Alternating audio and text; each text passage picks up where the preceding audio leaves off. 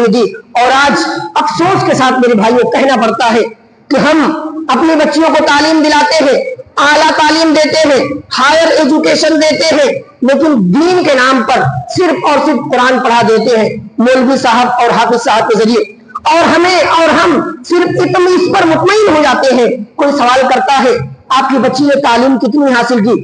ہماری بچی گریجویٹ ہے اور قرآن پڑھا ہے۔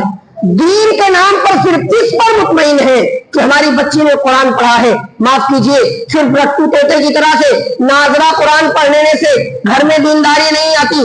آپ کی بچی نے قرآن تو پڑھا، لیکن قرآن میں پردے کی جو آیتیں ہیں آج تک آپ کی بچی نے اس آیت کا مطلب ہی نہیں سمجھا۔ قرآن میں محرم اور غیر محرم کا جو فرق بتایا گیا ہے آپ کی بچی نے آج تک اس کا مطلب ہی نہیں سمجھا۔ قرآن میں توحید کا حکم، توحید کی اہمیت اور شرک کی مذمت جو بیان کی گئی ہے آپ کی بچی نے آج تک اس کا مطلب ہی نہیں جانا، اور اگر وہ آج اپنے آپ کو اسلام سے نکال رہی ہے، ارتداد کے راستے پر جا رہی ہے، شرک کے راستے پر جا رہی ہے، تو پھر آپ کو شکوہ کرنے کا کوئی حق نہیں ہے۔ آپ نے اپنی بچیوں کو تعلیم کہاں دی میرے بھائی؟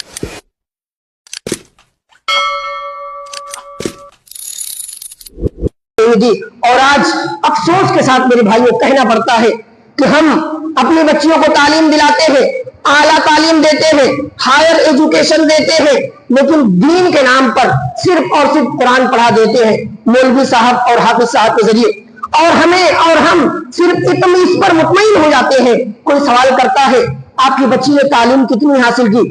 ہماری بچی گریجویٹ ہے اور قرآن پڑھا ہے۔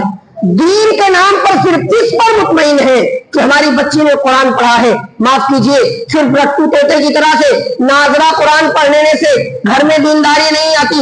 آپ کی بچی نے قرآن تو پڑھا، لیکن قرآن میں پردے کی جو آیتیں ہیں آج تک آپ کی بچی نے اس آیت کا مطلب ہی نہیں سمجھا۔ قرآن میں محرم اور غیر محرم کا جو فرق بتایا گیا ہے آپ کی بچی نے آج تک اس کا مطلب ہی نہیں سمجھا۔